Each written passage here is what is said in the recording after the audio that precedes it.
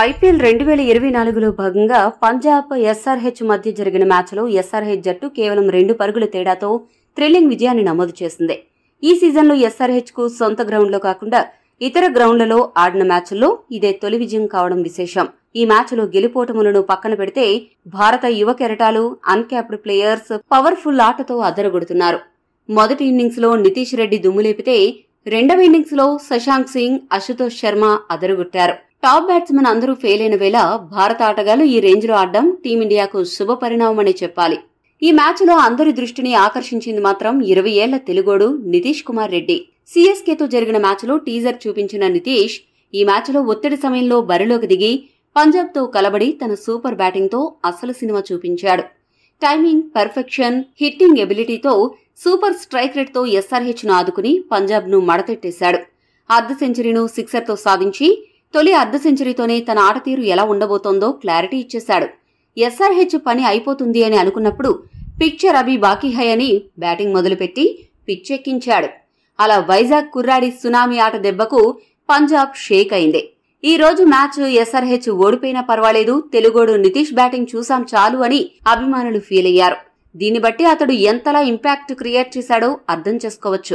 Nitish batting ఒకటే కాకుండా ఒక క్యాచ్ పట్టడంతో పాటు బౌలింగ్ లో ఒక వికెట్ కూడా పడగొట్టాడు. ఇదే క్రమంలో నితీష్ ఒక సరికొత్త రికార్డు సృష్టించాడు. ఐపీఎల్ చరిత్రలో ఒక మ్యాచ్ లో 50 కంటే ఎక్కువ పరుగులు సాధించి ఒక క్యాచ్ పట్టడంతో ఒక వికెట్ తీసిన మొట్టమొదటి అన్క్యాప్డ్ ప్లేయర్ గా నితీష్ రెడ్డి తన పేరును సువర్ణాక్షరాలతో లిఖించాడు. సరికొత్త రికార్డు నెలకొల్పాడు. 20వ ఓవర్లో నితీష్ కనుక టఫెస్ట్ క్యాచ్ పట్టి ఉంటే ఈ సీజన్ ఐపీఎల్ అయిపోయే వరకు నితీష్ పేరు రీసౌండ్ వచ్చేది. ఇక ఈ మ్యాచ్ లో కమ్మిన్స్ సూపర్ కెప్టెన్సీతో అదరగొట్టాడు. శిఖర్ ధావన్ అవుట్ చేయడానికి క్లాసెన్ ను ముందుకు తీసుకురావడం దగ్గర నుండి చివరి ఓవర్లో జైదేవ్ ఉనద్గత్ కు వైడ్ బౌన్సర్లు వేసేలా సూచనలు ఇచ్చి ఎస్ఆర్హెచ్ గెలుపును ఖాయం చేశాడు. ఇక్కడ ఒక ఆసక్తికర అంశం ఏంటంటే పంజాబ్ ఇన్నింగ్స్ లో చివరి ఓవర్ వేసిన జైదేవ్ ఉనద్గత్ ఎస్ఆర్హెచ్ ఇన్నింగ్స్ లో చివరి బంతికి సిక్సర్ కొట్టాడు.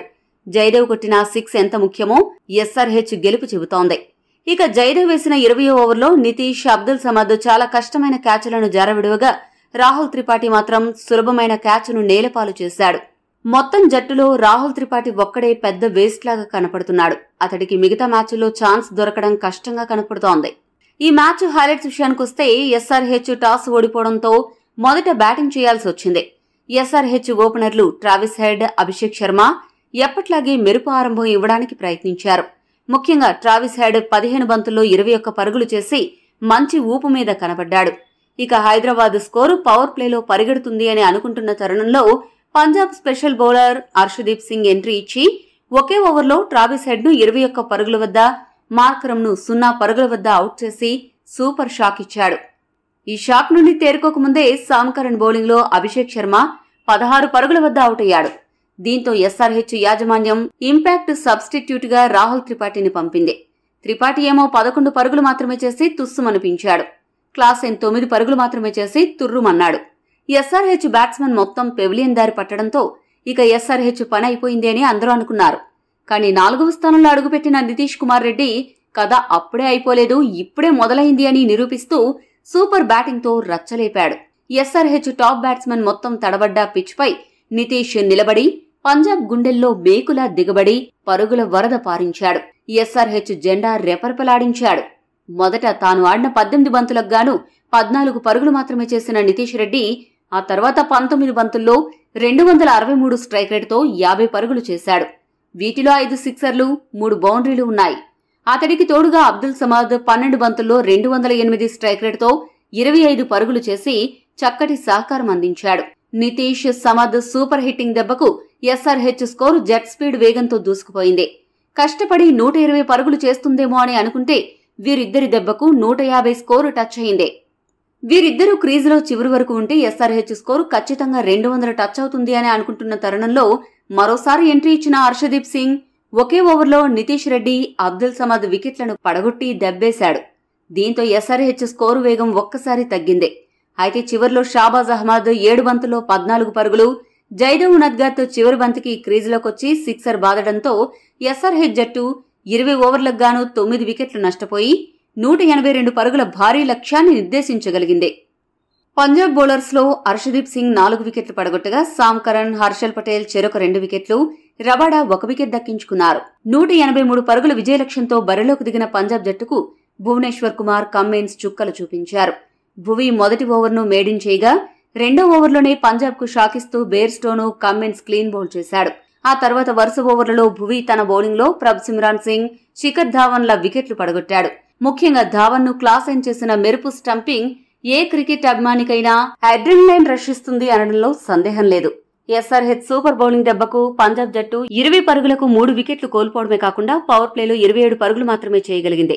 ఇటువంటి పరిస్థితుల్లో సామ్ కరణ్, సికిందర్ రాజా కొద్దిగా హిట్టింగ్ మొదలుపెట్టి స్కోరు బోర్డును ముందుకు కదిలించారు.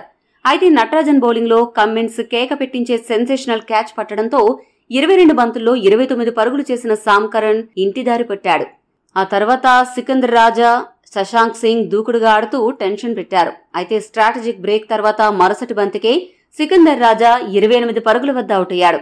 దూకుడుగా ఆడుతూ స్కోరు వేగాన్ని పెంచాలని చూసిన జితేష్ శర్మ 11 బంతుల్లో 19 పరుగులు చేసి నితీష్ రెడ్డి బౌలింగ్ లో అభిషేక్ శర్మ సూపర్ క్యాచ్ పట్టడంతో పెవిలియన్ చేరాడు.